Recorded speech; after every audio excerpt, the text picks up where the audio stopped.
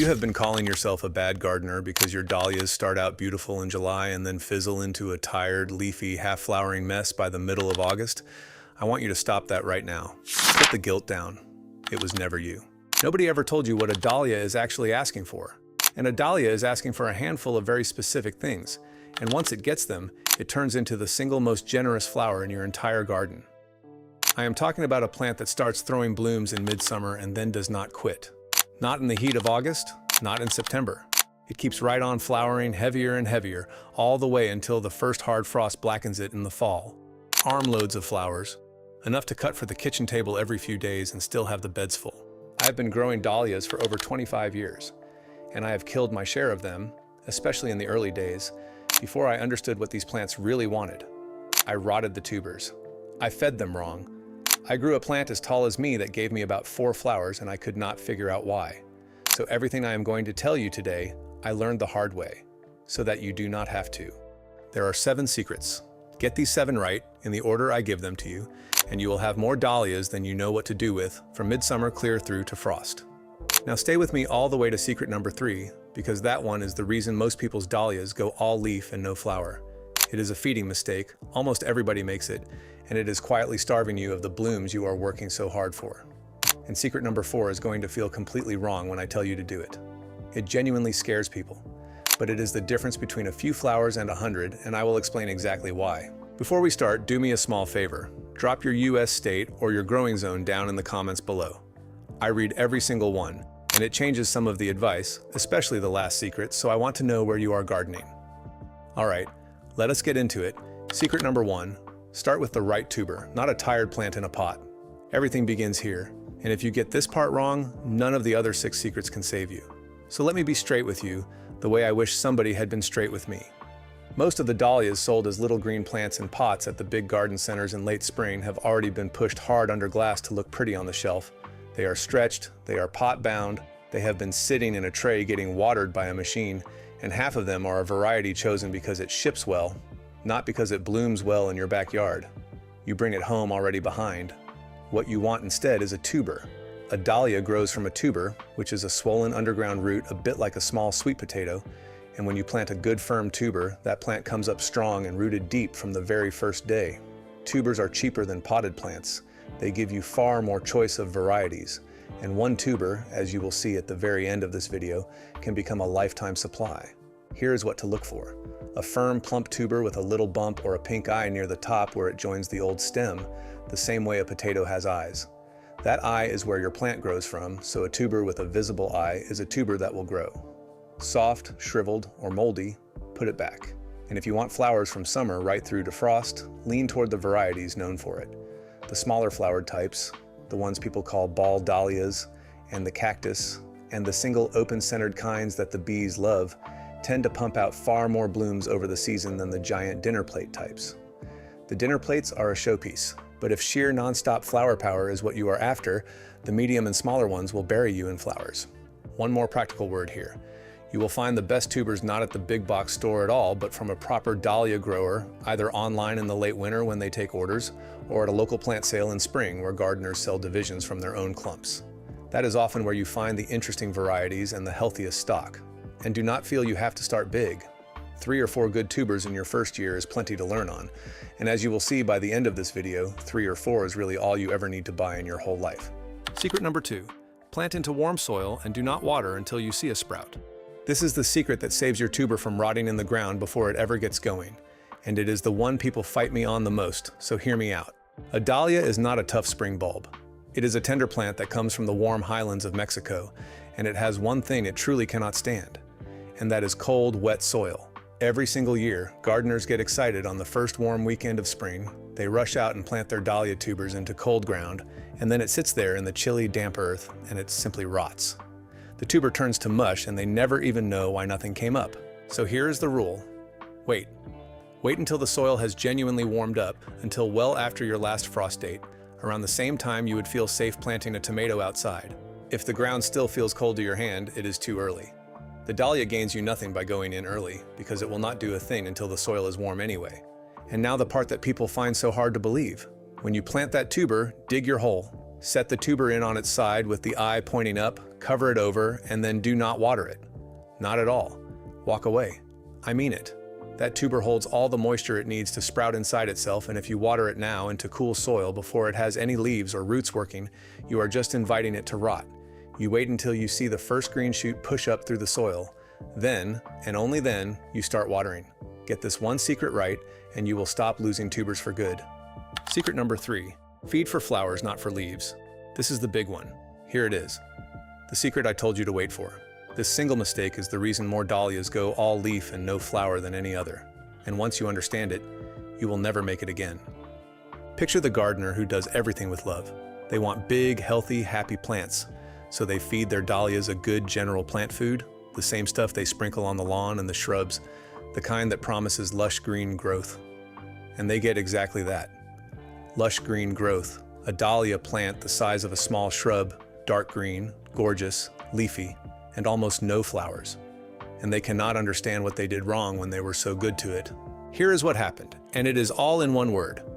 Nitrogen. Most general plant foods are heavy in nitrogen, and nitrogen grows leaves and stems. It is a leaf pusher. So when you feed a dahlia a lot of nitrogen, you are literally telling the plant, in the only language it speaks, make leaves.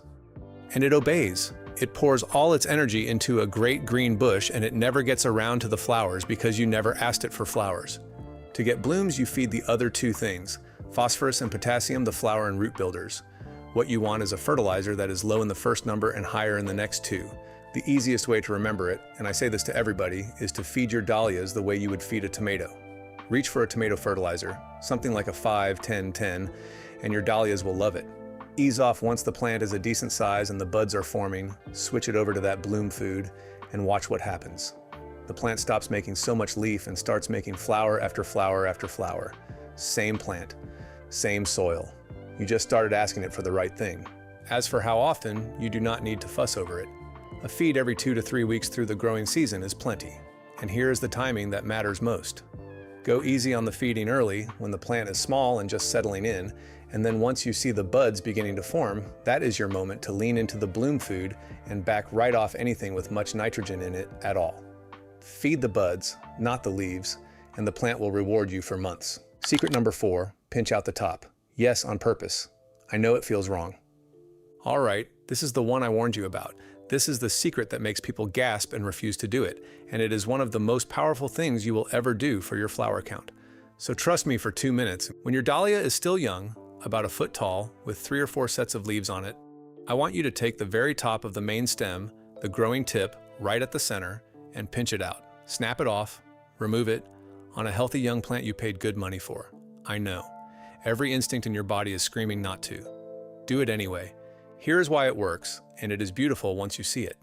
That single growing tip, left alone, wants to grow straight up into one tall stem with one flower on top. When you pinch it out, you break that plan, and the plant responds by sending out multiple new stems from lower down, from the leaf joints below the cut. One stem becomes 4, 5, 6 stems, and every one of those stems is going to carry flowers. So by removing one flower's worth of growth today, you are trading it for many times that in blooms all season long. You are not hurting the plant. You are making it bushy and generous instead of tall and stingy. And while you are down there, put your stake in now, at pinching time, not later. A dahlia in full bloom gets heavy and top heavy, and a summer storm will snap it right at the base. If you push a sturdy stake in beside it now, while it is small, you will not drive it through the tuber later, and you will have something to tie that heavy, flower-loaded plant to when it counts. Pinch, stake, walk away. The plant does the rest. Let me say something to you here, right in the middle, because I think some of you need to hear it. If you have been feeling like everyone else was born knowing this and you somehow missed the lesson, let that go. There is no such thing as a green thumb. There is only knowing what the plant is asking for. Every single person I have ever met with a garden full of flowers is not more gifted than you. They just learned these few specific things, usually the hard way. Over years, the same way I did. You are learning them today, in 20 minutes, sitting down. That is not falling behind. That is catching up fast.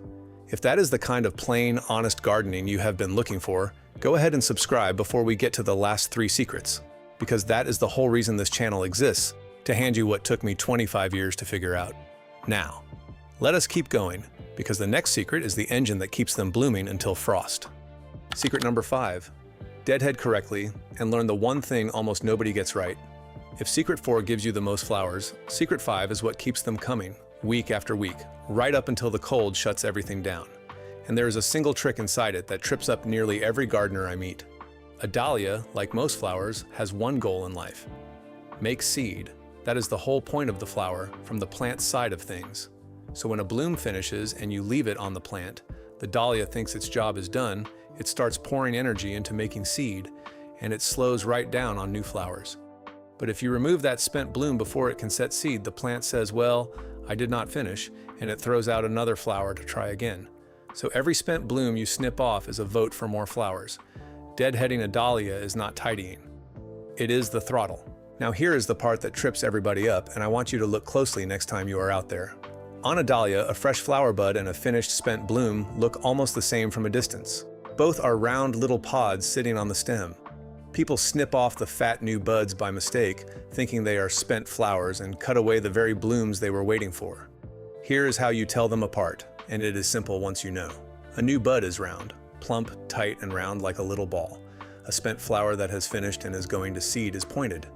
It has closed back up into a cone shape, narrower with a little point at the end. Round means coming, pointed means going. Snip the pointed ones, leave the round ones, and follow that spent stem well down the plant to a set of leaves before you cut, so you are not leaving an ugly bare stub. Do this every few days with a basket on your arm, and your dahlias will flower without stopping until the frost takes them. And here is the loveliest part of this secret. Cutting flowers for a vase does the exact same thing as deadheading.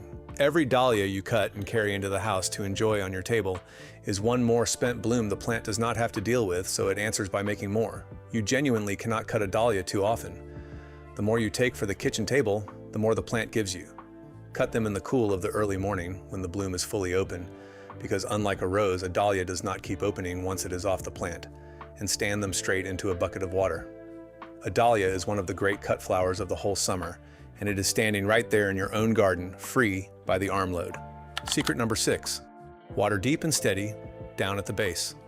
By high summer, when your dahlias are big and blooming hard, they get thirsty, and how you water them makes a real difference to whether they keep going or start to struggle in the heat. The rule for a dahlia is deep and infrequent, not a little sip every day. You want to give them a good long soak that drives the water down deep into the soil, 2 or 3 times a week in the heat, rather than a light daily splash that only wets the surface. Deep watering pulls the roots down where the soil stays cool and moist, and a deep-rooted dahlia can handle a hot spell far better than a shallow one. A splash a day trains the roots to stay up near the hot, dry surface, which is exactly where you do not want them in August. And water at the base, down at the soil, not over the top of the plant. Dahlias are prone to mildew on their leaves, that dusty gray coating you see late in the season, and wetting the foliage every day is asking for it. Water the ground, keep the leaves dry, do it in the morning so any splashes dry off in the sun, and you will keep your plants clean and healthy right through to the end. A thick mulch around the base helps hold that deep moisture in and saves you hauling the hose out so often, which your back will thank you for. Secret number 7. Lift and save your tubers and turn one dahlia into a lifetime supply. Here we are. The last secret, and my favorite, because this is the one that turns a dahlia from a plant you buy into a plant you own forever. And it is where telling me your zone matters, so I hope you dropped it in the comments. Here's the thing about that tuber you planted back in the spring. All season long, while it was flowering its heart out for you, it was also quietly growing underground. And by the time frost blackens the plant in the fall, that one tuber you started with has multiplied down in the dark into a whole clump of tubers. 5, 8, 10 of them, all joined at the old stem. You planted one. You now have a small fortune in dahlias sitting in the ground. If you garden somewhere with cold winters, and many of you do, that clump will freeze and turn to mush if you leave it in the ground over winter. So this is what you do. After the first hard frost has blackened the tops, cut the plant down, wait about a week, then gently dig up the whole clump with a fork, well wide of the stem so you do not spear them. Shake off the soil, let them dry for a few days out of the frost, and then store them somewhere cool, dark, and dry for the winter. A basement, a garage that does not freeze, packed in a box with a little dry peat or wood shavings, or even newspaper around them. In the spring, you bring the clump out, and now you can gently break it apart into separate tubers, each one with an eye, and every single one of those becomes a whole new dahlia plant. Do you see what that means? You bought one tuber. Next spring, you have 8. The year after that, you have dozens, more than you can use, enough to fill every bed and still give armfuls away to everyone you love. That is the secret the whole thing was building toward. A dahlia is not a plant you rebuy every year. It is a plant you buy one time and then keep and multiply and share for the rest of your gardening life. And if you are in a warm winter climate where the ground never really freezes hard, you can often leave them right in the ground under a thick blanket of mulch and they will come back on their own, bigger every year. So there they are, the 7 secrets. The right tuber, warm soil with no early water, feeding for flowers instead of leaves, the brave little pinch, deadheading the pointed ones, a deep, steady drink at the base, and lifting your treasure to multiply it over winter. Do those 7 things in that order, and I promise you the dahlia will stop being the plant that disappoints you in August and become the plant that overwhelms you with flowers from midsummer until the frost. It is not luck. It is not a gift you were born with or without. It is just these 7 things, and now you have every one of them. And I would love to hear how it goes for you. Tell me down in the comments which of these 7 you had not heard before, because I am willing to bet at least one of them surprised you, and tell me your zone if you have not already. And if there is someone in your life who loves flowers but swears they cannot grow dahlias, send them this video. In one sitting, you might just hand them the best cutting garden they have ever had. Now go get your tubers. The frost is a long way off and there are a whole lot of flowers between now and then.